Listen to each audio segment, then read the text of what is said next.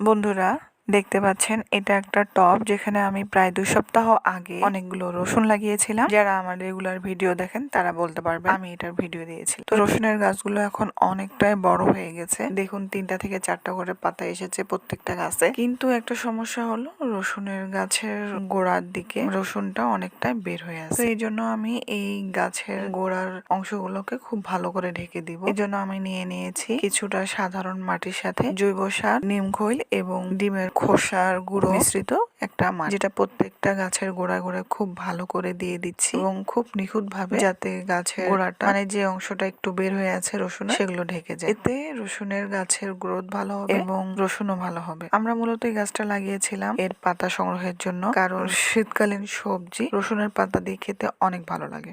শীতকালীন যে কোনো সবজি খেতে অনেক সুস্বাদু হয়, তবে যদি এভাবে 2-1টা রসুনের পাতা সেই সবজির তরকারিতে দেওয়া যায় তবে তার স্বাদ বহুগুণে বেড়ে যায়। আর আপনারা যারা এখনো রসুনের গাছ লাগাননি, এখনো সময় আছে, লাগিয়ে নিতে পারেন। যে কোনো টবে রসুন লাগিয়ে দিলে তা সুন্দরভাবে গাছ হয়।